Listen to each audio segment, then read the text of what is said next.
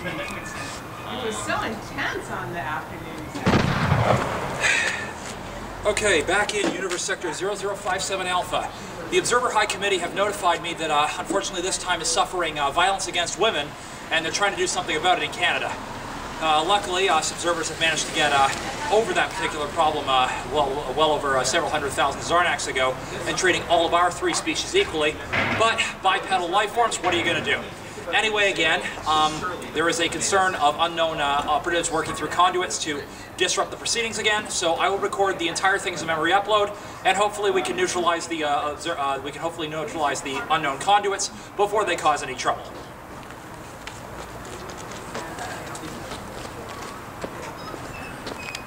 Member of Parliament for Victoria. I'm so pleased to see all of you here tonight.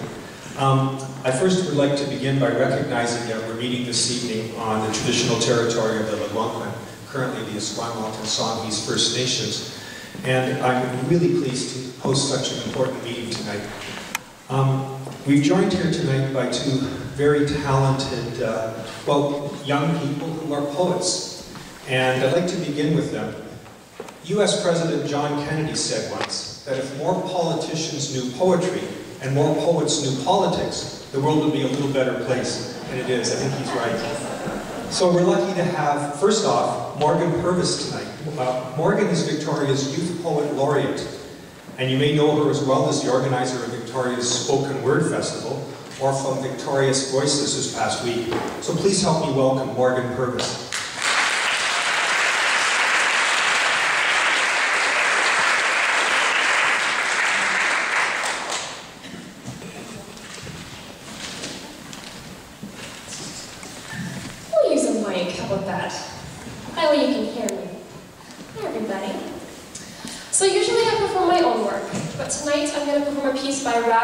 She's a BC poet.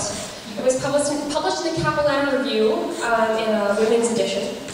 And I invite you to think about this piece. It's sort of a conversation between a character referred to as he and a character referred to as she. And if you wouldn't mind indulging me a little bit, perhaps think about he as dominant culture, perhaps even patriarchy, if you would go so far. And imagine the she character to be sort of abstract women in general. This piece is called Savage. 1. He saw her as an opportunity to be in contact with another world. A world of idealized beauty, of wildness, a place, a person he could lose himself in and experience that which he has longed to experience. A place and a person that he could never have imagined or created himself.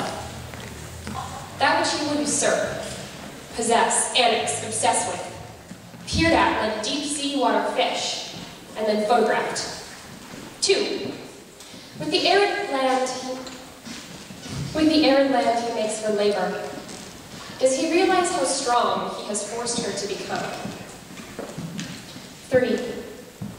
He sees her as a helpless victim, ravaged by the ignorance of a stumbling consciousness, unable to be taken away from his sturdy, guiding hands. She sees him offer that which she has always wanted, that which was originally hers, and that which was originally here. He quietly offers it back to her, with the price on her pride, her perception of herself. That is what he has always wanted. 4. She is quiet, not sleeping, not tired, not inarticulate, not paralyzed, but just wondering, what does he hear? She learns that she can love that which she has become. 5. Without hesitation, she explodes. An explosion of celebration and uncompromised anger. An explosion of limitless passion. With no love lost. A frightful anger, torrential stinging rains, devastating quakes to the foundations of our existence, humbling us and bringing us to the modesty we really should remember, but never seem capable of. 6. We are told she is beautiful. And he asks,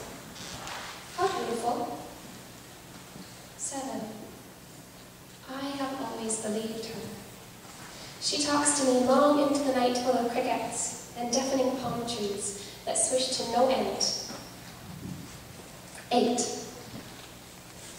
Then, when he touches her, and he is actually listening, he suddenly hears himself. And he sees himself. And he is careful to hold her strength against his fragility. As he sees then how she could shatter him with a glance, shame him with a word, save him from himself, and he will experience dilemma. She will say that throughout all of this, she has still loved you. And 10. All must be revealed in the end.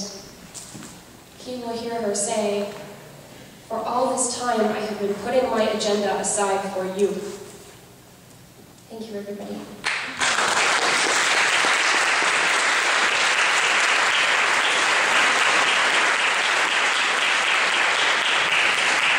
Thank you so much, Mary. Jeremy Loveday is also here tonight. I've known Jeremy for a long time now, and back in September, some of you may know that Jeremy went on something called YouTube. You know what that is, you know. And he did a little video he posted there about a poem he'd written called Masks Off, A Challenge to Men. Since then, I'm going to read this. Jeremy's poem has been seen by 767,000 people. Over 3/4, that's over 3/4 of a million people so far have seen what you're about to see. Jeremy, thank you so much for coming. Yeah.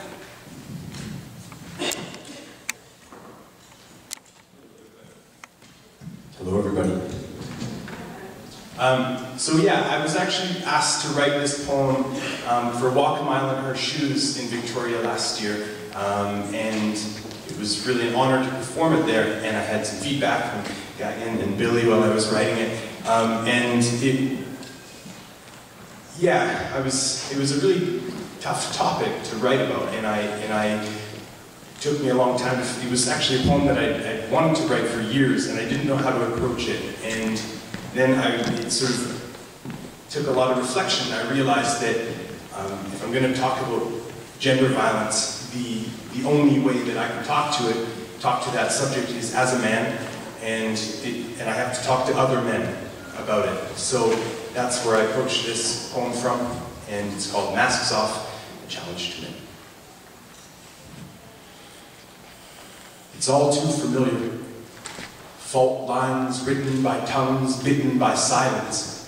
Thoughts formed. We weren't searching for violence in our questions, our suggestions. It's all too familiar. What was she wearing? Was she walking alone? She shouldn't have drank so much. She should have been more careful. It was her fault. Like gender violence isn't a man's issue.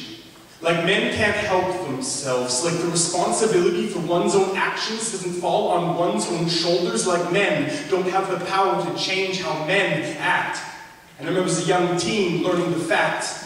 1 in 3. 1 in 3. It made me sick. How could men like me do this? They couldn't. I thought they couldn't. They must be monsters. They must be monsters. Monsters in the masks of men. Monsters in the masks of men rearrange their faces until I can no longer see myself in them. Monsters. I remember going to a party in East Vancouver, seeing a patch on my friend's jacket that said, "Stop Rape." The message so clear, so inarguably simple, and yet it left a bad taste, because it jarred me from my place of comfort. Because it reminded me of the reality that we all face, and that initial reaction, my initial reaction, was a clear case of the culture of rape. And I remember being in a hockey dressing room, cheering along as my teammates proclaimed that in victory we had raped the other team. Or in the lunchroom, my boss was making sexist jokes and I said nothing. And this morning, when I pulled on an article of clothing, referred to it as a wife beater. See, this culture of violence touches us all. But if we just dismiss perpetrators as monsters, it allows us not to analyze our own actions. Men, take your masks off. Men, take responsibility. Men, open your mouths wider, show more than your teeth. There's a softness in your throat waiting to be freed. Men, we are responsible for the vast majority of violence. Men, it is an epidemic and it doesn't have to be this way. Men, if you could make the world safer for the women you love, for all women, children, and men, wouldn't you? You can. Men, we need you to be brave, to speak up and to be more than a bystander. Men, take your masks off. Men, let's look each other in the eyes. Men, let's talk. Thank you very much.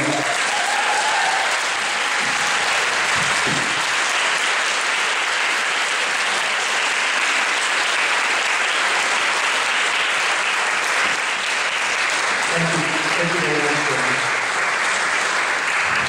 It's really powerful. Well, we're going to hear tonight from an incredible panel of speakers, and we're going to have dialogue as well, but 4 of those speakers work right here in our community, and one of them comes from a fair bit away to join us this evening. I'm going to introduce them, or actually they're going to be introduced a little bit later, but let me just say by way of beginning that I can just introduce them ever so briefly. To my immediate left from the Legislature of British Columbia, the MLA for Esquimalt Railroads, the Child Care and Women's Critic for the official opposition, Maureen Kirigianis.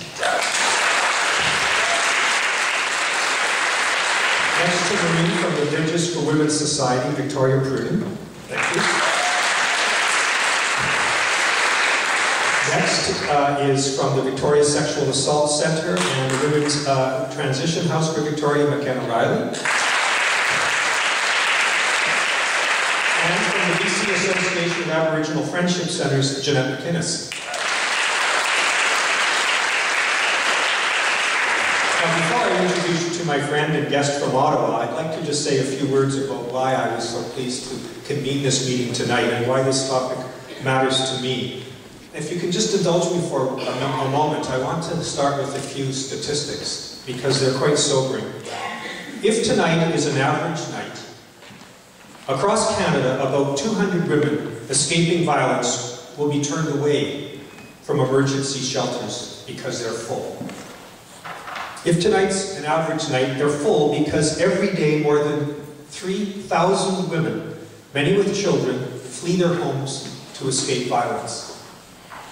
Just one incident in every 5 is reported to police, but even that small share leads to more than 40,000 arrests each year. Stats Canada says that over 677,000 people report that they've experienced a sexual assault in the last 5 years.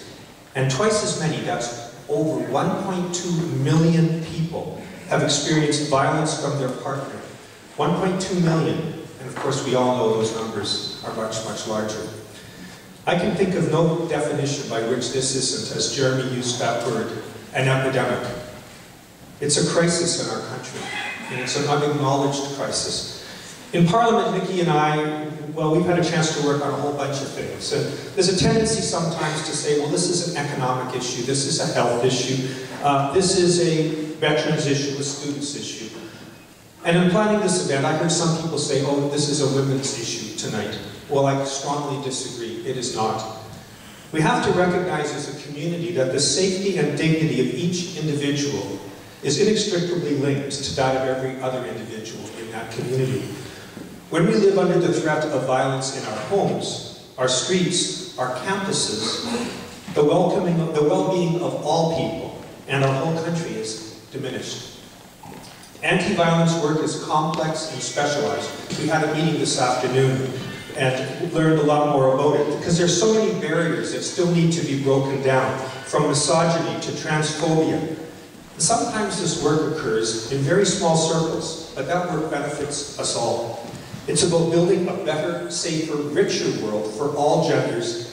So to me, every person in Victoria has a stake in tonight's discussion. This is not a woman's issue.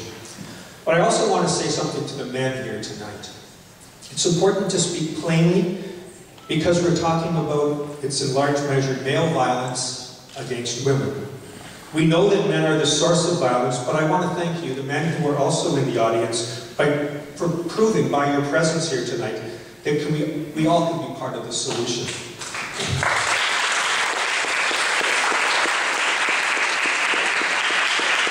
You know, talking about these issues can make us feel nervous, a little uneasy, and I feel that too, but the worst thing we can do as men is be silent about this issue, as Jeremy has reminded us. At a personal level, I have 2 sons, and I want them to raise children in a society where boys are educated, not just about what harm looks like, but also what consent looks like, about what is respectful, equal, and loving partnerships, what that looks like. I want them to live in a society where groups providing vital services, and most of all those doing prevention work, don't have to fight for every last scrap of resources from the government. And most of all, I want them to live in a society where we recognize that eliminating violence and the inequities that feed violence is not the nice thing to do, it's not the luxury, it's in fact the first responsibility of government. So it's time we meet that responsibility head on, not only with reliable core funding for frontline groups that you're going to hear from in a moment that are doing this remarkable and difficult work, but also with the kind of leadership that can only come from all levels of government making this a priority. I think we've seen enough ads on TV for economic action plans. I think it's time, when I watch hockey, I want to see an equality action plan.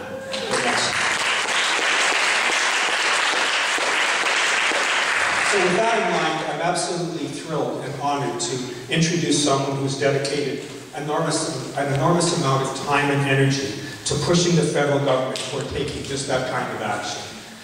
You know, in addition to representing the people of Churchill in Parliament, Nikki Ashton is the official opposition critic on the status of women. She served as chair of the House of Commons Standing Committee on the status of women.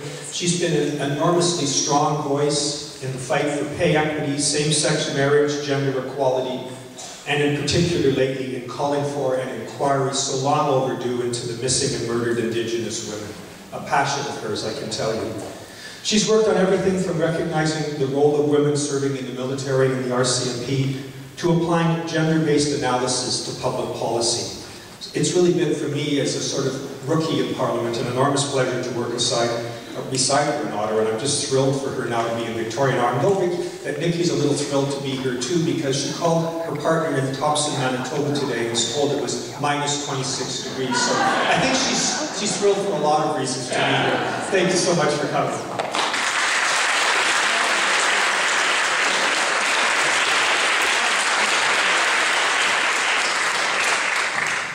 You are so lucky to have a feminist member of Parliament. Thank you so much, Marie, and I'm so thrilled to be here with our whole team here, Marie and Kara-Janice, who we got to spend the afternoon together, Victoria, who hosted us at Bridges today, McKenna, who joined us, Jeanette, who joined us today at Bridges, and I'm so looking forward to hearing from you during tonight's discussions. Thank you to Murray and to the Victoria NDP for welcoming me here so warmly. It had been months ago, actually, that Murray approached me and his team approached me and said, you know, we really want to bring you here and we want to have a discussion in the community and in public about the work that needs to be done on violence against women. And it's a big country, and there's lots of places to go, and I try and spend almost all of my time at home in my constituency. But I really wanted to be here because I know how important this is to your MP and how important this is to your community. But I also wanted to be here because we wanted to bring a conversation here about our specific actions on violence against women. About a year ago, I had the honor of presenting a motion in the House of Commons calling for a national action plan to end violence against women. And when you came in, you may have seen pamphlets or postcards that you can fill out to support the call for a national action plan. And what we've been doing is we put together actually this national action plan based on the overwhelming consensus amongst organizations, national networks, women's groups, allies of women's groups, human rights groups, and saying it is long overdue. You may not know this, but Canada is the only amongst like-minded countries that doesn't have a national action plan to end violence against women. So we put forward this motion, and we worked on it with several partners, but we knew that wasn't enough, and that we had to come out across the country and engage in discussion with people at the front lines, with women, survivors, with those that have gone through the trauma, that are still living with the trauma, with women and men and everyone in the community that is supporting these women as they go forward. And this afternoon was a very powerful gathering where we got to hear from some of the strongest and most amazing women that I can say I know now in Canada. You have a tremendous community, and I know you know this, but I want to acknowledge the strength that I know many of you are in this crowd tonight and here at the front of women that day in and day out serve the women that need this help the most. And they do this in light of cuts, in light of muzzling, in light of fear of losing further funding. But they do it because this is critical work that we all need. And I thank you for doing that, and I thank you for sharing your experience with us today.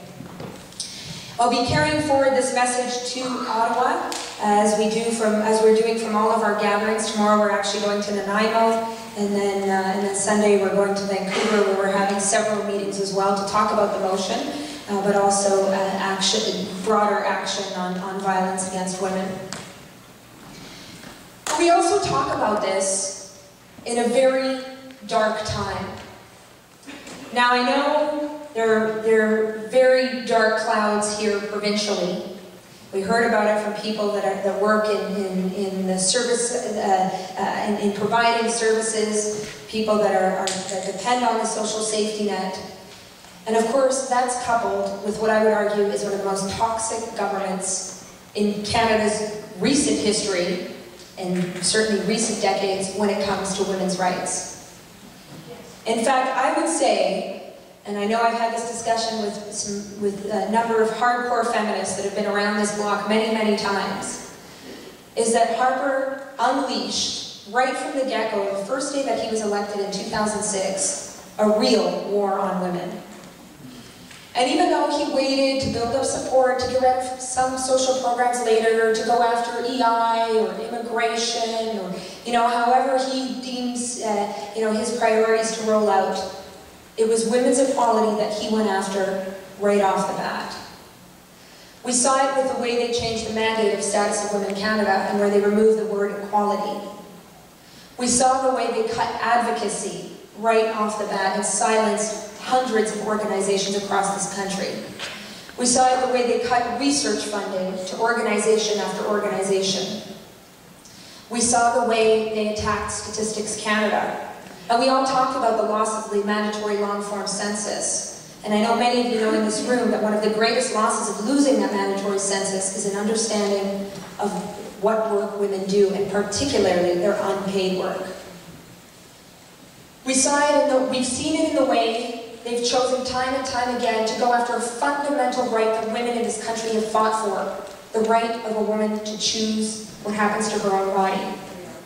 We see it in the way, in fact, it happened again this week, where a backbencher from the Conservative Party once again comes up and wants to talk about how he wants to turn the clock back on abortion rights. We've seen it in the way they went after pay equity legislation and repealed it, took it away from the legislation, repealed the legislation, and have left it to the collective bargaining process, as though public sector unions don't have enough to fight for at the collective bargaining table. We've seen the way they've attacked public services, and I'm sure this room knows, and probably many of you are engaged in the public sector, that is the #1 best employer of women, both in terms of benefits and in terms of pensions, as well as the way in which public services are essential in women's lives. In fact, I heard a startling statistic that if you look at the percentage of women that will be impacted by the cuts to Canada Post, 95% of the jobs that are lost stand to be lost by women. We know in the way our healthcare transfers that are going to be affected as they change the formula, and as we lose billions of dollars in healthcare, that is going to mean a loss of women's jobs in our hospitals and our healthcare centers, but perhaps more importantly, more of the work of caring is going to fall on women's shoulders. Mr. Harper and his government have sought to roll the clock back on women's rights, on women's equality, someday I would say to the 1950s, and some days to the 1850s. And as we know, in his fight to roll that clock back, he's done it very meticulously, so that voices around the table that once were very strong, and alliances and networks that existed, now have been so weakened, that you don't have that same strength, perhaps at the national level. But one of the most exciting things that I've had a chance to do as the Status of Women critic is to get to know what's happening across the country, and to get to see the grassroots movements and feminist activism that's taking place in our communities. In fact, over the last couple of years, our team was able to put together a one-of-a-kind women's forum. The first one was last year, and the second one was this past year. And we actually, one of our panels was called Harper's Inequality Action Plan. And what we did, and as a side note, what we did, but an interesting side note to speak of that energy that exists across the country, is last year we invited women of all ages to come and speak to us, and we noticed that younger women were especially silent in the discussion that took place after. So this year we decided to switch it around, and we insisted that all of our speakers had to be under 40.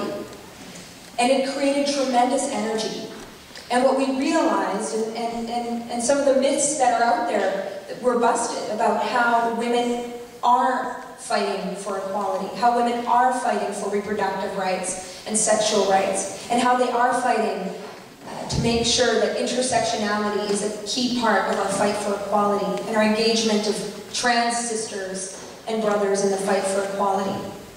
In our understanding that when we fight for services, we're also talking about fighting for mental health services. We're also talking about breaking down the stigma of the particular situations that women face in their communities, whatever that might be. And it was a very empowering day where we got to inspire each other and strengthen each other, and we had a strong social media component where we were able to share the messages across the country. In fact, in Vancouver, we're going to be doing our public event there is actually drawing out some of these women that engaged with us. But it was pretty disempowering when the day wrapped up and you go back to the House of Commons. I'm lucky to work with Murray, with Randall Garrison, with Jean Crowder, with so many strong new Democrat members of Parliament, feminist members of Parliament, day in and day out. But I gotta say that the fight in there, it's pretty stiff. You may have heard that the House was pretty raucous this week. One of the things that we witnessed this week, I've been around for 5.5 years now, but from what I understand, hasn't been witnessed in a very long time. And I believe it's a snapshot of the kind of mentality of the people we have running our country right now. On Wednesday, I got up to ask a question on behalf of my constituents, but also Northern Canadians who are going to be disenfranchised by the Elections Act, the Unfair Elections Act that we've called it, Bill C-23, which I hope all of you will take part in the fight against. A bill that will deeply, deeply damage our our election system and disenfranchise tens of thousands of people across the country if it goes through. It's a real nightmare. And so I got up to ask a question because the Member of Parliament of Nunavut, which is just to the north of me, misled the public in saying that people in her territory would be able to have access to ID no matter where they are, and therefore, you know, northern people, well, it's not a big deal. They're all able to access ID, and whatever the NDP is saying, or Elections Canada is saying, or Sheila Fraser, just isn't true because she knows. So I got up there on behalf of the people that I represent, and I asked a tough question, and I asked her to clarify the record, and more importantly, to take action to stop the disenfranchisement of so many Canadians. A tough question, like a lot of tough questions that I've been sent to Ottawa to do to make on behalf of my constituents. So the minister got up and she answered the question. Didn't actually do any of what I asked her to do, but anyway. And as she answered, her entire caucus got up and clapped for her. So that happened, like it always happens, and I sort of carried on doing my thing in question period, and I get a note from one of my colleagues who sits far down the hall, the row from me. And he says, well, maybe what you didn't see is that when the Conservatives were sitting down after they clapped for her, one of the ministers that sits right next to her actually made his hand into the shape of a gun and shot at you. And I looked at this, and I've been around there for a few years now. I've seen the heckling, the way it's different for women, louder for women, the words they use, the condescending tone. I've seen all of that, but I'd never seen this. And I actually, both of us reached out to our House leader, another good BC feminist, Peter Julian, and we said, we got to raise this. So my colleague, after question period was over, raised a point of order, and he said, this is what I saw, and I demand an apology, not just on behalf of my colleague, but on behalf of all of us. And what happened in the House is an exact replica of what we see in our society every day. The kind of attitude that we see women and men that stand with women deal with every day. The minister got up and he denied it. One of his colleagues came over and threatened to punch my colleague out. He had to be escorted out of the House. The media dug up the video footage, which shows the member of Parliament, the minister, with his hand in the shape of a gun, which he probably didn't think existed, that the camera angle would not have covered this. Questioned him about it. Things got awkward. And next thing you know, he makes a statement in the House that says, well, that's how he always points. And as for the other guy, he said he got up and all he did was just walk over and say to my colleague, you should apologize or we should take this outside. In that exact tone. Bullying, muzzling, denying, the whole cycle was right there in front of us. So if that is just what we see on the surface, imagine what is going on behind closed doors. And it is no wonder that we have seen the deepest cuts and the greatest contempt for the programs, the services, the foundations that we as women in our communities depend on every day.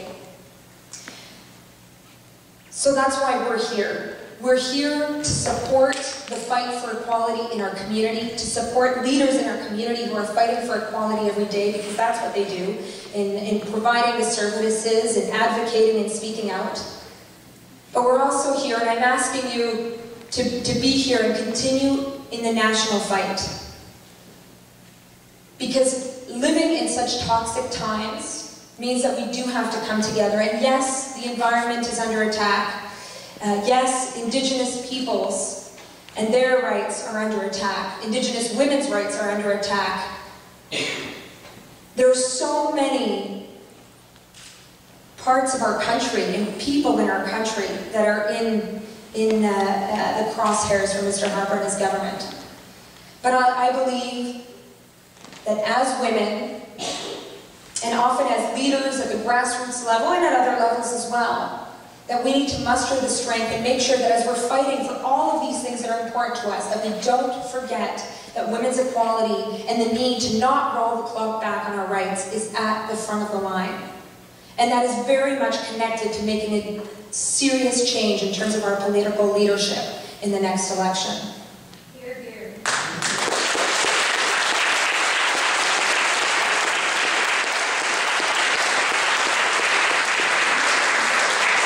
So there's a few ways that we can do this. I mentioned the action plan earlier on. We need your help in calling for that action plan to be implemented. I tabled it, but obviously the government has to take it on. So please pick up the information in the back. Please reach out to the Prime Minister and the Minister of the Status of Women, the infamous Kelly Leach, to tell her that you want that, and that we want that. And engage in some of the, please take time to engage in the initiatives and the activism that's happening in communities across the country. I do want to make a pitch tonight for the other part of the country. You may have heard that yesterday the one and only abortion clinic in New Brunswick was shut down. Many women from PEI went to New Brunswick to get abortions because they're not allowed to get an abortion in their province. So there's a national campaign to support our sisters in New Brunswick and PEI. There's a number of initiatives, campaigns that are emerging. We've gathered all of them, and it's actually posted on an article on Rabble that I put together. So please take time to engage in that, and take a look and make sure that in your conversations and in our conversations for social justice and for political change, that we make sure that our voices as women are there, and that we're fighting against misogyny, against sexism, against the bullying, the biggest bully, Mr. Harper, and finally, for women's equality. Thank you very much.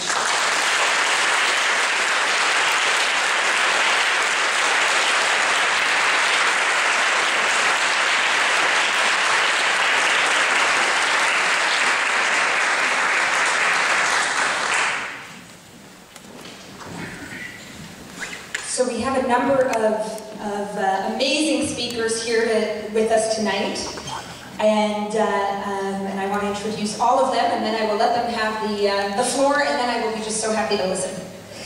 So first we have Maureen Karajanis, who is a MLA, who has a wealth of experience in local and provincial politics, both in government and in opposition.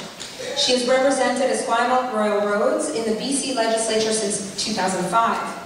During that time, she's held a range of important critic portfolios, including transport, small business, and child and family development.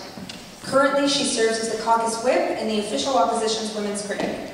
She's been a powerful advocate for many of the hardworking groups I met with this afternoon, and I can tell you they speak very highly of her work. And thank you very much for joining us, Maureen.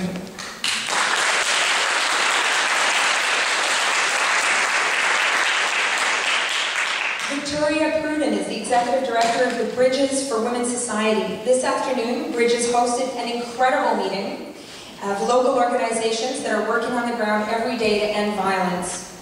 Bridges exists to help women who have experienced trauma, violence, abuse, or neglect, and allows them to reclaim their lives and build economic security. It is no exaggeration to say that their work has saved and transformed thousands of lives. Thank you for joining us, Victoria.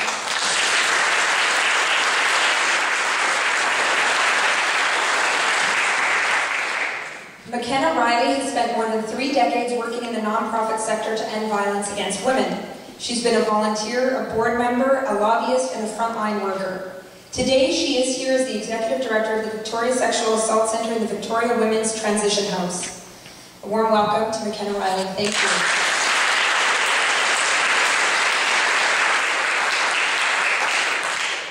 And Jeanette McInnes is the Director of Health and Ending Violence Initiatives at the BC Association of Aboriginal Friendship Centres, where she works to improve health outcomes for urban Aboriginal people. They deliver frontline services and programs across the province through more than 25 friendship centres. Part of Jeanette's work involves the Moose Hide Campaign, a movement of Aboriginal and non-Aboriginal men standing up against violence towards Aboriginal women and children.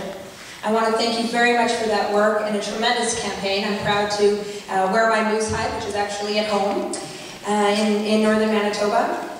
Thank you very much for joining us, Jeanette.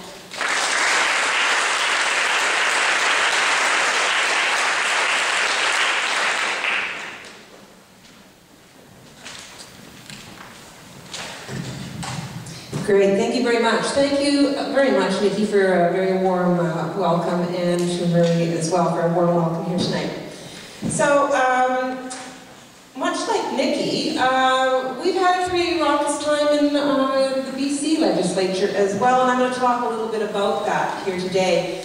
I'm going to start by saying that the meeting we had this afternoon with so many service providers was very moving. It was very, very frightening. It was very inspiring. And I know that McKenna and Jeanette both said that they thought they might get emotional tonight. And I might get emotional too, but in a different way, because I've discovered since becoming an MLA that I'm actually a warrior. and going into the legislature every day.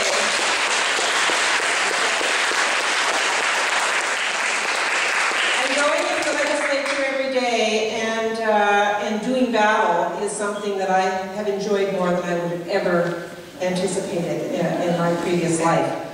I'm going to talk just a little bit about the things that are pivotal to the conversation tonight, because of course I could talk all night about all of the things that we are fighting for here in British Columbia, but I'm going to talk about the things that are very, very specific about tonight. As the women's critic, of course, we've had lots of opportunity to observe close at hand a government that is full of slogans and very, very little substance. So in the throne speech that the Premier had early this spring, she declared that British Columbia was going to be violence-free. Now we've heard lots of great slogans, but I actually like that one. I thought, violence-free BC. Now that sounded very good to me. But of course, you know, 10 days later when the budget was tabled, I started to read through it and realized that there were $0 to accomplish anything remotely like a violence-free province. And so that began the trend of looking at all of the things that were missing in the budget and in the throne speech. Nikki is fighting for, and her colleagues and my friends in Ottawa are fighting for a national inquiry into missing and murdered women in this country. Well, here in British Columbia, we actually did put together a missing women's inquiry, and as flawed as it was, it did produce eventually 65 recommendations. Several of those were very urgent recommendations. Now, the government immediately adopted the report and said, we are going to take action on all of these recommendations. And the first thing they did, to their credit, they appointed a champion to fulfill those recommendations and see them through, and that was the Honourable Stephen Point. Now sadly, when the families and the coalition of families that had been involved and disenfranchised during the hearing got together and filed a class action suit against the government, Stephen Point said, I remove myself from this position, and gave the government notice that they had to find someone else to champion these recommendations. That was a year ago, and to this day, they have refused or neglected to find a replacement. I make it a point to stand up every few weeks and ask the Justice Minister when she is going to reappoint a champion for this missing women's inquiry.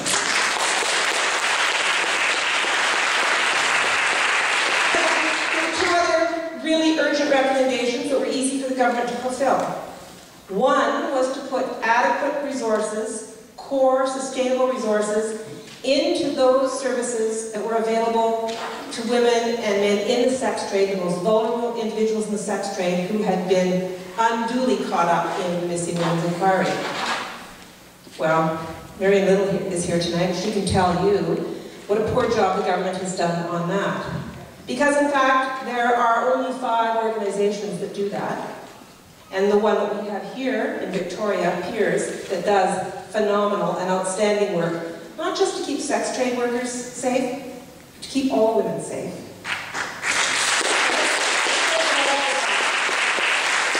You know, for every violent individual that is identified and turned into police through Piers, you and I are safer to walk the streets of Victoria. So it's all of our issue. Now, unfortunately, the government has not seen fit to give this organization the core and stable funding that they deserve. They've thrown a little bit of money, a little bit of a lifeline right now, after some pressure that we put on them in the legislature and that Marion and others in the community have put on the government. They've thrown a little lifeline out there. But either we go back and fight for core funding, or again, this organization will be in jeopardy very soon. So, second, very urgent recommendation of the Missing Women's Inquiry, unfulfilled. A third one is very simple, very, very simple thing for the government to do. Put a bus on Highway 16.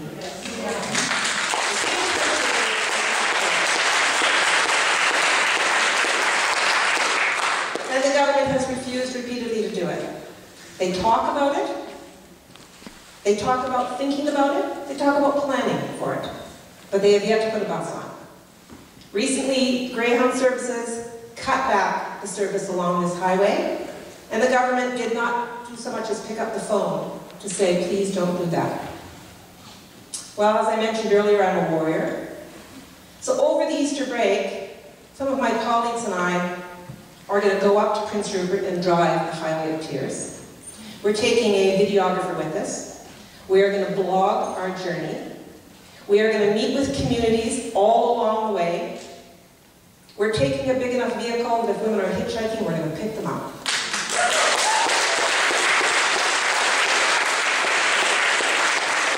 And as we drive from Prince Rupert to Prince George, our end goal is to, in Prince Rupert Prince George, to meet the princes. I'm getting mixed up. To meet in Prince George with the RCMP, with the Carrier Sakani, with the Native Friendship Center, with all stakeholders in the area, and demand a bus be put on that route so that women are safe and can get back and forth to do simple things like buy their groceries without fearing for their lives. So, there'll be more of that. We're going to do a video blog about it. So that will start on April the 21st. We head up there, and over the 2 following days we'll be blogging. Mary Ellen Trapel-Lafond was the one who actually told me, blog it while you're up there, make sure that we can see what you're doing every day that you're up there doing it. So, and I want to talk a little bit, again, about the other things that the government has had slogans for, but no action on. Under great pressure from Mary Ellen Trapel-Lafond and from members of the opposition, we have talked over and over again about a plan to combat domestic violence in this province, because that is part of the story of violence against women. Well, the government has finally, to their credit, taken some little tiny baby steps towards that. So they created an Office of Domestic Violence that will spend the next couple of years planning to do something. That office sits with the Ministry of Children and Family Development. And under questioning of the minister recently, it was disclosed that they have no authority, no accountability, no responsibility, and that all the services that might flow from that office rest with different ministries. So I am going to, over the next few weeks when we go back into the legislature, have to go to the Ministry of Health estimates, to the Ministry of Justice estimates, and wherever else, the Ministry of Social Development, in order to piece together what they're actually doing on domestic violence. But I will tell you right now that whatever they're doing, the money doesn't flow until 2015. So, how can you have a violence-free BC when there's no money for several years, an office that sits over there, activities that sit over there, and no way to account for any of them? Now, Mary Ellen Trapel-Lafond has been very, very critical of this plan because there's no reporting, no accountability, even in the pieces that rest with the Justice Ministry. So it's a bit like a treasure hunt. We're going to have to continue to look and seek each and every little piece and try and follow it up. And we will do that. I want to talk about a couple of other things here because we all know that part of this story, as Nikki has outlined here, is about things like equality and affordability. Because the story of violence is often coupled with the story of poverty. And the story for women fleeing violence most definitely is a story of poverty. And so this is a huge challenge for us, not just in the social sense, but in fact in very real ways in the language and the culture that the BC Liberal government loves so much. It's about the economy. All of these issues around equality, affordability, and what is happening to women and children in this country, and most assuredly here in this province, is about what it does to the economy. We, again, have the highest level of child poverty in the entire country, here in British Columbia, 10 years in a row. That is children and families living in poverty. Predominantly, and sadly, it's mostly single moms living in poverty. 50% of single-parent families, predominantly women, 50% live in poverty. And so the story about marginalized women is very much a story about poverty and the economy and how we make sure that everyone in this province prospers and can be part of a thriving economy. Now, we had a big fight in the legislature this week. The government, some of you may have followed this and you may know the story, the government spends a great deal of money tracking down fathers to get them to pay child support for their children. An enormous amount of time and money is spent to enforce that and make sure that that money goes to those children of broken families. Now, if that single mom happens to be on disability or on income assistance, the government then very kindly goes and takes back every single penny away from that family. So they are currently clawing back $17 million a year from children and their child support. Coincidentally, the same amount of money they spent on self-advertising just before the election. Now, we've had a deep and bitter battle in the House this week. Some of you may have picked up a little bit of it, and the media has very kindly finally paid attention. With great respect, I often say that we're preaching to 6-year-olds in the gallery to get them to pay attention, but they got this one, finally, and they have jumped on board, and it's been great, the coverage they've given us. But we have fought in the legislature day after day with the government. And of course, we've heard the government stand up and tell us that everything will be rosy when LNG flows in this province. And so I didn't get a chance to ask the third question the other day, because I really wanted to ask the Premier if she thought we should send the single moms and their kids up to Prince Rupert to do some fracking. Is that what she thought? Was that the way we should resolve that? Instead of her giving them back $100 a month, we should send them up to get into the LNG industry. I mean, it is a small amount of money, and it's a bitter battle, and we will continue to fight and fight for this. But it just goes to show how very, very disconnected the government is from what's going on. Another fight that we have repeatedly in the legislature is about the jobs plan. And I really agree with the jobs plan. I think it's terrific. But I've said it many times, and I'll say it here tonight and again, you can't have a jobs plan without a child care plan. Because women and families cannot get away without affordable, accessible, reliable child care. Now, a national child care plan would be fantastic. But a better child care plan in British Columbia would certainly put some resources behind the infamous jobs plan. And again, we know that that speaks to women being able to be prosperous and take their place out there in the work world in whatever way they would like to ensure that they can bring home the bacon and prosper just like everyone else. I'm going to add just one other thing there, and I didn't have it originally in my notes, but Nikki actually triggered something here for me when you talked about the closing of the abortion clinic this afternoon and again this evening. So it was kind of stunning to be standing in the legislature over the last number of months, and it was a great day when I stood up and asked about money for prostitutes and peers. I thought that was a pretty good day in the legislature. I liked that day. But I also was fascinated by the day that we had to stand up and talk about abortion clinics in the year 2014 in the BC legislature, because the College of Physicians and Surgeons had determined that the 3 abortion clinics in this province should pay fees to them in exactly the same way as private clinics do. So the abortion clinics were told recently that they currently pay a licensing fee of $2,000 a year. They were told that the fees were going to go up very shortly to $12,000 a year. 3 clinics were affected in the entire province. Each of them offers abortions. So I stood up in question period and went after the minister and said, why would you disproportionately go after women's clinics, abortion clinics, stop this gouging of fees, go to the College of Physicians and Surgeons, and make this right? Now, after a bit of wrangling, he did promise to work with me. We did some work together. He unfortunately didn't go after the college, but he did ensure that those fees will be paid and those abortion clinics will not have to pay that price.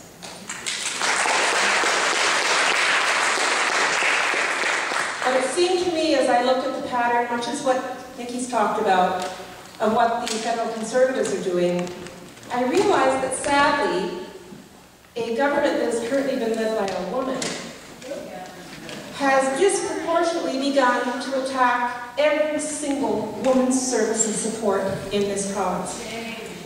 And so that has got to stop. So, with my colleagues here, we'll continue the conversation tonight. I'll end up by saying I'm a warrior, and thank you all for being here, because I will not give up this fight until we actually achieve even half of the empty slogans that the BC Liberal government have put in front of us, and try and end violence in this province. Thank you.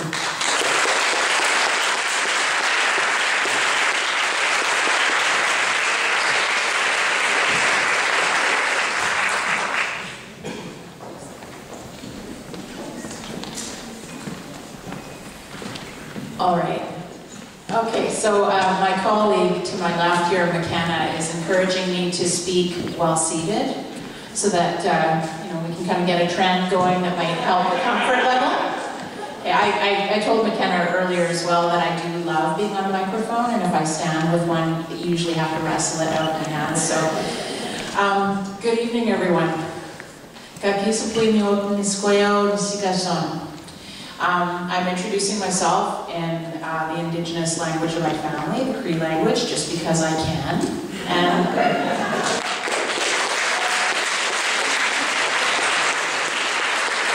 And I'm also going to introduce myself in English as well. My name is Victoria Pruden, and I have the great privilege of being able to serve as the Executive Director for Bridges for Women's Society. We have 3 minutes, I understand, 3 to 5 minutes. We've talked about a lot of really, really interesting issues today, and I really wish you could have been with us at Bridges this afternoon.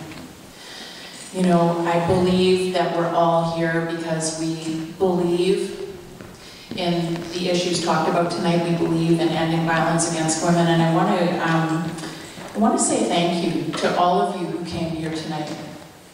And I want to say thank you to Murray and to Nikki and to Maureen. Something that I think we all felt this afternoon as women that work in this really vital area of service is that there's a certain amount of recognition and support that we don't often get, especially in this political climate. And thank you to all of you for bringing your attention and your energy and your care as citizens and as human beings and community members and fathers and mothers and brothers and sisters. It's really, really important to us. And I really, really hope that this motion is passed. It's so integrally important for each of us to do whatever we can to try to exert positive pressure in that direction. I want to talk a little bit about the work that we do at Bridges and just contextualize it a bit. I know we have grads in the audience. We have many grads in the audience tonight. We have many volunteers and we have many community supporters here tonight who've been involved with Bridges. Bridges is an amazing organization that has been in Victoria for 26 years.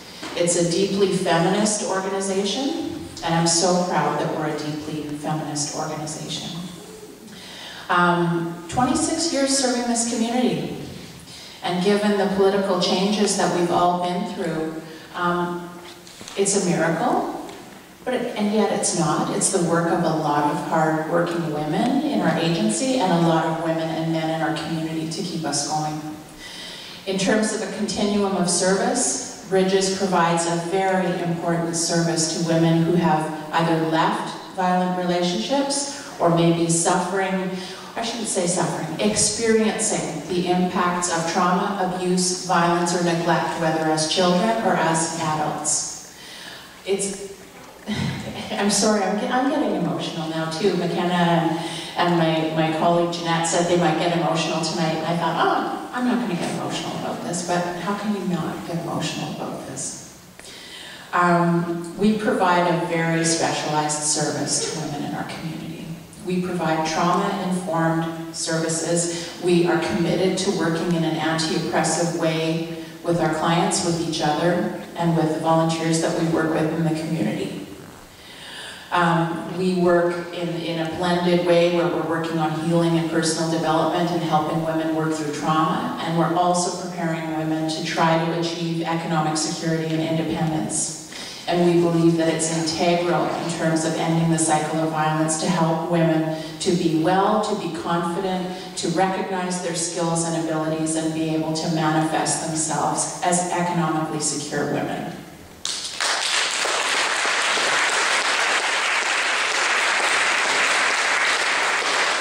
Now, throughout that process, we're essentially doing prevention work. When a woman has a chance to heal from trauma, receive counseling, she's reducing the risk of ever being vulnerable to physical, sexual, or emotional violence again. It's essential work.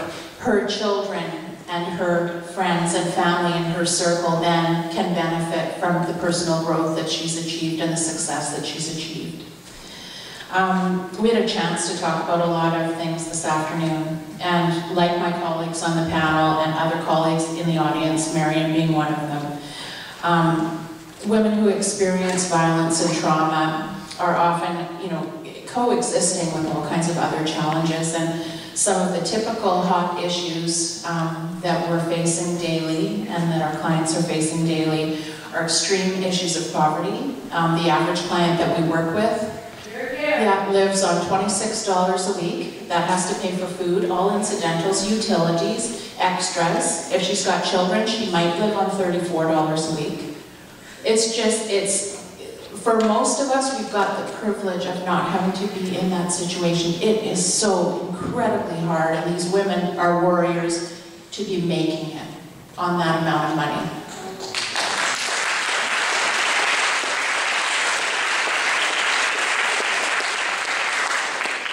So many of us echoed this afternoon that in the nonprofit sector, and I'm very proud that we do, we've got to spend a lot of our capacity fundraising to help cover the shortfalls that the women that we work with face. So that includes fundraising so we can help women eat.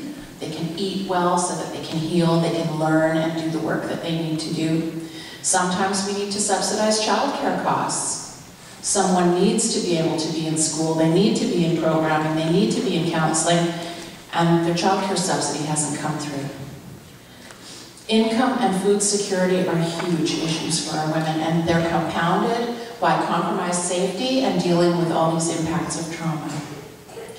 Added to that, many of the women that we work with are facing ever-shrinking need for service in addiction services, and also mental health services. So, the cross-section of ways, in which government services could be helping women is just shrinking and shrinking and shrinking and shrinking. And us, I think, being the incredible, resourceful women's agencies that we are, we're thinking and we're finding loopholes and we're raising money and we're trying to cover all these shortfalls, and it's just getting tighter and tighter and tighter.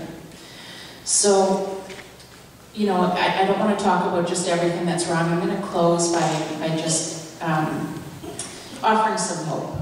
At Bridges for Women, we often say that, we just work in absolutely the best place. We're so lucky to have our jobs, and we had a huge crisis this week with one of our clients where everybody got to pull together and really help this woman in really unusual ways, and it was a tremendous success. And I've really got to say we're blessed to be able to witness the transformation of women, to be able to support those women, to move away from trauma that's held them back, and help to support them as they move themselves into a hopeful future. And it is hopeful, and it is possible to heal, and it is possible to transform your life. And thank goodness we're finding ways to be able to pay incredible, dedicated people to do that. This problem is solvable. And with the commitment of everyone, like you in the room, we can do more. We're doing a great job already, and we could do more. We don't have to live in this persistent problem. We've got lots of expertise in terms of ways to do this together. And I think in closing, I just want to reflect about something that one of my colleagues said today.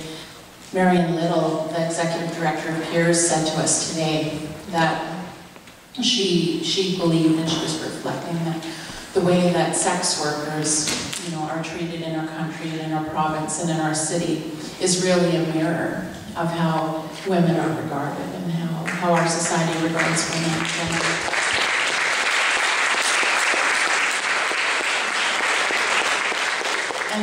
you know, we have to continue to stand up and believe in providing service and protecting the most vulnerable, you know, among us. And they come from every socioeconomic background and every race. And we have to continue to prioritize it. So thank you for allowing me to have a short time to talk about something that we're very passionate about and that we believe in. Thank you.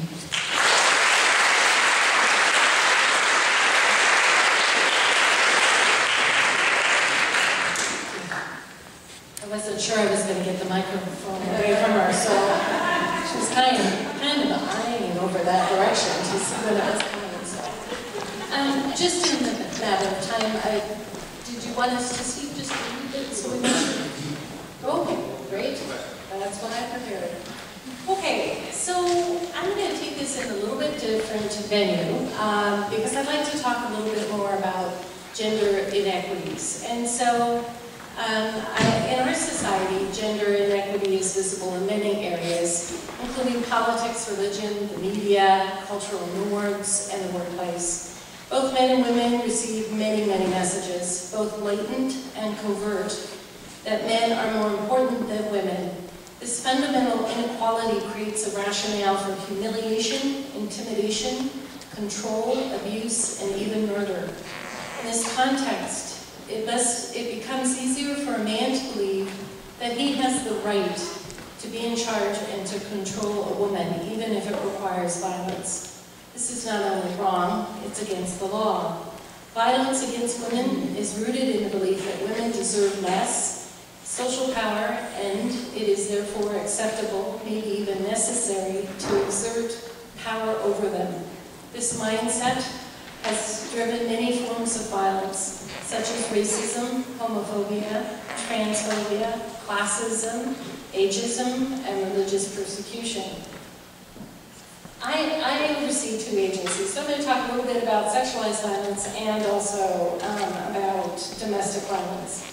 And I'm not going to give you a lot of information about the agencies tonight because the information is on the backboard. Sexualized violence, then, by definition, is an act of power and control that is expressed in a sexual way. It's not just limited to a sexual assault. It can be unwanted touching, it can be unwanted remarks. But like domestic violence, it includes cultural norms of gender roles and expectations where anyone who steps out of gender boxes of men and women, that is to say, people who do not conform to gender stereotypes, are potentially subject to violence. Sexualized violence affects all women and trans individuals, whether or not they're being victimized because of social expectations of gender. Fear of sexualized violence is a crucial factor in the development of behavior of women, girls, and trans people. Sexualized violence and domestic violence can only be prevented when the whole community commits to creating a culture of respect where everyone has the right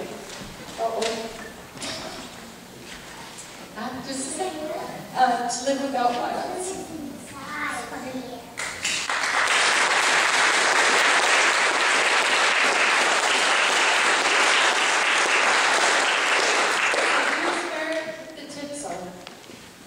We need to talk to boys and men about gender.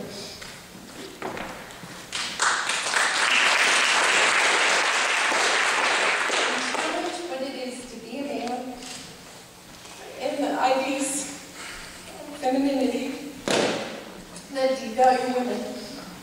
It'll only take me a minute to compose here because this is really important to me. So, all right. We believe in education and prevention, and when we're asked today by the politicians about what do you want, we've got to change things, people. We're in a spot where for years and years the money goes into social services and men go to jail, or they're punished, or fined, or whatever. And that's got to change because it keeps happening. And so where and how are we going to change it? And we need to go to prevention models. We need to get in those schools. We need to talk to the youth. We need men to sit and be role models in everything that they do so that when they're being observed, it's, young men learn respect. And And so it's really important. And you know, we have anti-bullying legislation going right now, and it's working. You know how much attention has gone into that? I mean, did we talk about that last year? Let's get on that bandwagon, people, and start adding respect into relationships and respect of each other and understanding of different gender identities, and you know, we can really build on it, but we're going to need support and stability in our funding to have that happen. We need you to be an active bystander, and this is for women as well as for men. You've got to consider it your responsibility to intervene when you're hearing a sexist joke. Now, certainly I'm not advocating going out and getting in a fight with somebody. You've got to have boundaries. But when you hear something sexist, a racist slur, homophobic attitude, behaviors and comments, we need to say that those are violent and they hurt our community, and we've got to call each other on them. And so it's got to be ongoing, and we've all got to take responsibility.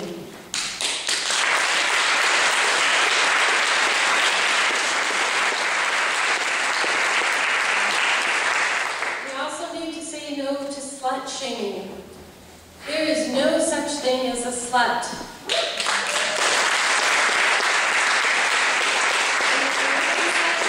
If it's judge-controlled and degraded, it creates a culture of violence against women. Practice consent. And this is for everybody. When you're having sex, consent is mutual. It's verbal, it's physical, it's emotional. Agreement, and then it's happening without manipulation, threats, or head games. When there's no consent, it's not sex, it's assault. Don't fund sexism. And this is the hardest thing, right? We go to the movies these days. I don't know how many people here have seen a movie that you can name that hasn't been some way degrading to some group, and media keeps producing these ultra-violent movies, these movies where they perpetuate horrible myths about rape and domestic violence, and it creates a culture of shame. So I just saw something not that long ago, and a woman was drunk, and she was dressed, and the whole attitude afterwards was, oh, you know, she didn't protect herself, she somehow deserved it. This is not okay. This is messaging that young people who don't know the difference see that and think, yeah, well, look, she deserved it. And the other day I was asked as an executive director, why don't women in domestic violence leave? And it's like, why are you asking me that question? You know, I mean, there's just this whole concept that it's safe, just get out, just leave them.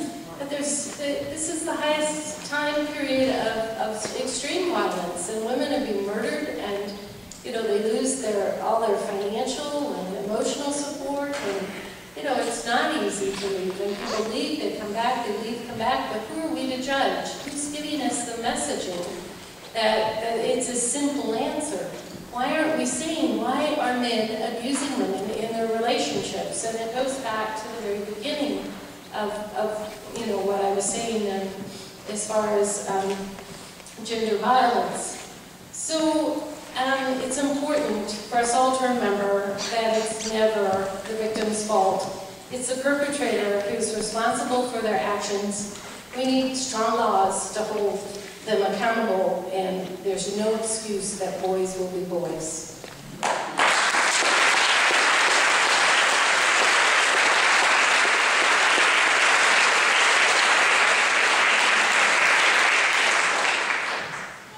Good evening, everyone. I am Jeanette McInnes, and I work for the BC Association of Aboriginal Friendship Centers. I'm following, it's really hard to follow these women, and Murray, thank you for inviting me to be here. I feel a little intimidated sitting up here with these incredible women, and so much respect for the work that they do. I'm going to be a little bit different. I work for an Aboriginal organization, so I have a little bit of a different spin on this, and I'm also going to be a little bit personal tonight. So, BC Association, we have 25 centers across BC. They all work to improve the lives for Aboriginal people. We do it through all kinds of healing and wellness programs. But on a daily basis, our friendship centers see women and children come in leaving domestic violence situations, daily. So this is a priority action for the BC Association. We have our own action plan, which we are trying to get into place. You might have heard of our Me-Side campaign. That is our awareness campaign, and it's actually gone national. So it's doing quite well, and we're quite proud of it. And yes, it's a lot of work, but we love it. So I'm going to tell you a little bit about me. So if I do get emotional, please excuse me. I'm really getting to a place where I can talk about this a little bit stronger. But as Victoria mentioned earlier, she was talking about personal growth after leaving a domestic violence situation. So it has taken me a long time to find my voice again. I had a voice when I graduated from high school and moved on to university. But it was an anger-filled, arrogant voice that what happened in my family home was never going to happen to me. But those unhealed traumas left me vulnerable to an abusive relationship where I lost my voice again. I could study, write proposals, do research, cite statistics, work in the field in a quiet way. But finding my own voice again to tell my story has taken me a long, healing journey. I'm a product of intergenerational violence. From my great-grandmother to my grandmother to my mother and then to myself. It is these unhealed, never discussed traumas that have plagued my family for each generation. I have experienced violence in many forms. Violence was so insidious in how it re-entered my life and how I grew accustomed to living with it on a daily basis. I was not poor, I was not rich, I lived in a nice home. You can get beat up at nighttime, get up in the morning, hide it under makeup, and go to work. A lot of what-ifs come into my mind. What if in my small community that I grew up in, there were supports for women and children to deal with violence? There was none. What if the community members had intervened? It was a small community, everybody knew what was going on. Could that have changed my family cycle of violence? Luckily, I have come out of it on the other end, healthier, stronger. I have been incredibly blessed to have an amazingly strong support system in my friends and where I work. Working with women like this makes me stronger every single day. A couple of my friends are here. They have done the court journey with me. They have been there through the whole healing process with me, so I really appreciate them being here tonight.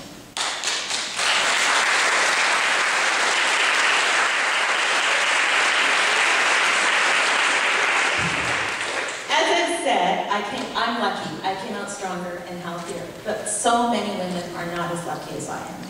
Too many Aboriginal women and non-Aboriginal women are living in this painful situation right now, here in Victoria, on Vancouver Island, across BC, and throughout Canada. There is a stigma attached to domestic violence by many people in this country. They assume that violence happens to only those who are living in poverty, who are undereducated, or have addictions. These are definitely contributors to violence, but violence can affect anyone from the wealthy to the poor, to the university educated, and to the teenage mom. Violence against Aboriginal women, however, is epidemic. Aboriginal women are 3 times more likely to experience violence than their counterparts. Aboriginal women and children are overrepresented in the sex trade, many due to exploitation and trafficking. Aboriginal women are accounted for 8% of all homicides in Canada, but only represent 4% of the total female population. Those percentages might seem small, but that's thousands of women. The new report estimates that a total number of murdered and missing Aboriginal women at over 800 cases. Every 6 days in this country, a woman is killed by a partner or a spouse. Sorry, and I've added some notes. Prevention is the key. A child who is abused or witnesses abuse needs to be healed. This takes time and resources to ensure that they don't fall victim to the cycle of violence again. I am a prime example of needing those resources. It's easy, as abusers always find someone who is preconditioned to be abused. Predators always find that vulnerable person to prey on.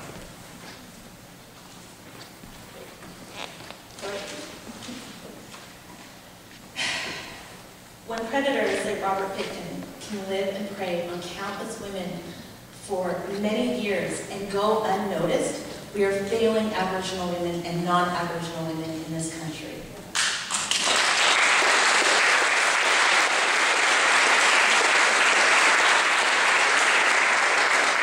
We cannot allow the vulnerable women in our communities, Aboriginal and non-Aboriginal, to feel unsupported or blamed when they are physically or mentally or sexually assaulted by a loved one, an acquaintance, or a stranger. We cannot let over 800 families of murdered and missing women feel that those loved ones do not matter.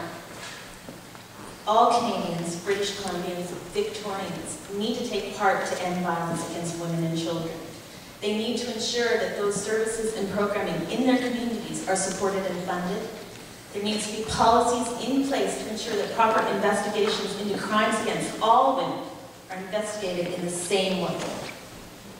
We need to take responsibility and work together to end violence against Aboriginal women and children. Thank you.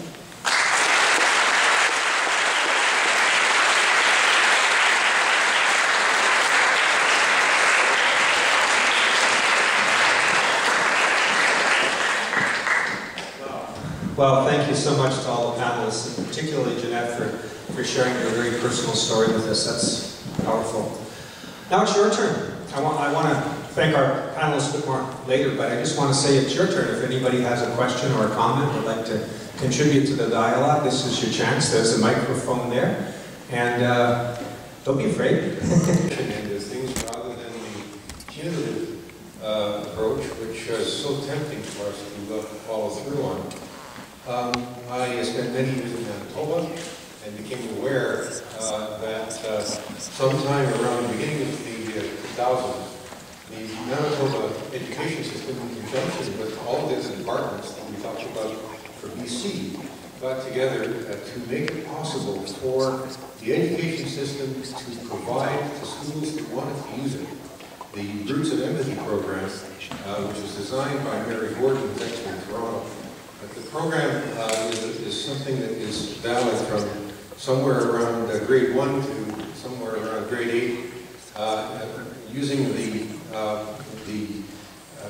love between parent and baby in a classroom setting where the kids are prepared for this particular interaction. And the kids identify with the feelings of the child, of the baby, and then bring out their own feelings. It develops their empathy and makes them into people who care about other people. It's demonstrably effective. It reduces violence amongst teenagers. It reduces teenage pregnancy. And it works.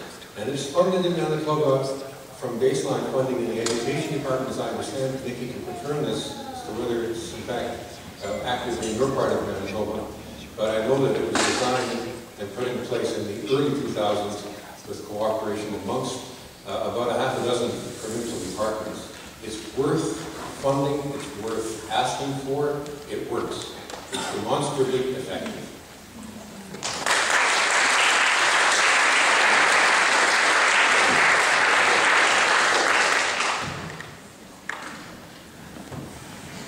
My name is Will Weidler. I wanted to thank Jeanette for the Moosehide campaign.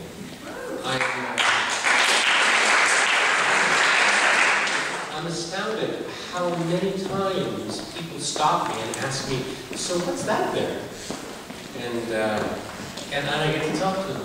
I've actually given mine away to somebody else, so I need to stop by and sit there and get another one. But I guess my question is, because I didn't get it from a center, I find that I recognize that it's my responsibility as a man to teach myself, to take initiative, to learn myself about how to be an advocate.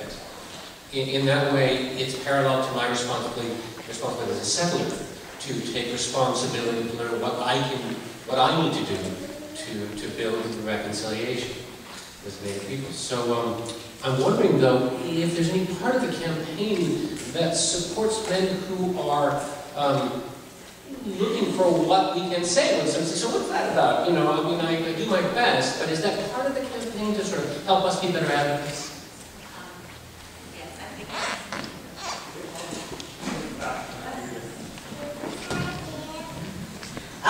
Yes. there is some information that we do have on the website right now.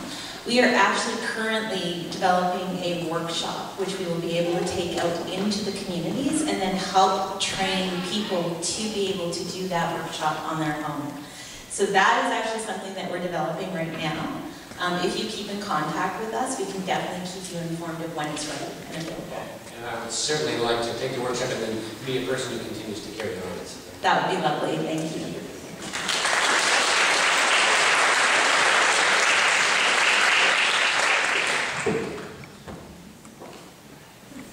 I have a question for the service providers. About 31 years ago, I, along with many other committed feminists in Victoria, helped get the Sexual Assault Center started, and many of the other services. And 32 years later, we're all asking ourselves the same question. We didn't think we'd need a sexual assault center anymore at this point. We didn't think we'd need a transition house anymore. So there's a lot of feminist analysis about why we still do. Is it pornography? Is it a change in community standards that we haven't been able to accomplish? What do you think are the reasons that we still have so much violence against women in our community?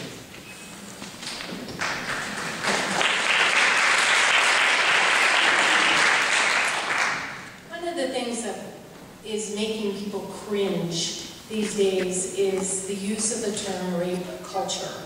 Because rape culture implicates all of us at some level in how we participate in, are we funding movies that perpetuate myths? Is it the media? Is it the magazines? And it goes back to that whole gender violence of you know, the community has not caught up. And people feel like I would never hurt anybody, I would never do this. Just like reflecting back on the poem, where's the accountability, where's the responsibility? And we know that some of the generational, if we can start working with youth and educate and you know, start addressing respect, we will be able to make change, but it's one of those things that have to happen within.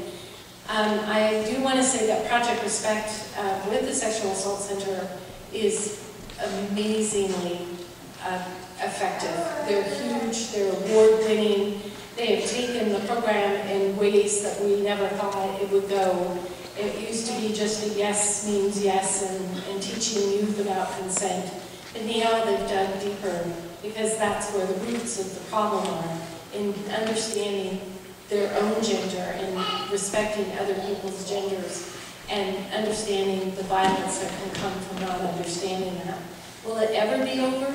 That's probably one of the tears, or you know, how we get emotional, is that it should be done, and we should be working ourselves out of jobs. But we're going to need the support of the government, we're going to need the support of the community, we're going to need to see leadership in with men, leading the way and being good role models, and start challenging, not buying video games for our kids that, you know, they're just awful, some of them, or supporting movies or reading magazines, and just start working within. If we all take a piece of it as our own responsibility and start helping other people see, you know, how many people in here have called someone on it and they're just like, you got no sense of humor.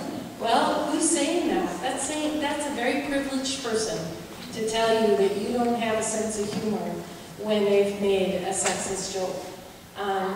And so we need to continue to work that and educate. Transition House has a community educator that goes out and works with adults in the community to talk about domestic violence. I think adults need some education as well. But again, I think our hope is in the youth.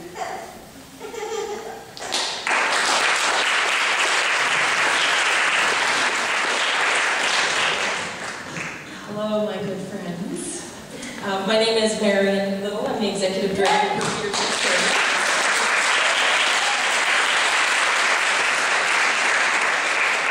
The sex of the work. The work of my agency has not been work that I've done alone. This is work that's been done collaboratively within my agency, between the team and the board and our volunteers, and it's been work that's been done in the context of the larger community, of your support, and of the support of our colleagues and allies in partner agencies around the city. So I just want to acknowledge that the fact that we're still alive as an agency is in your hands, and we're grateful in that.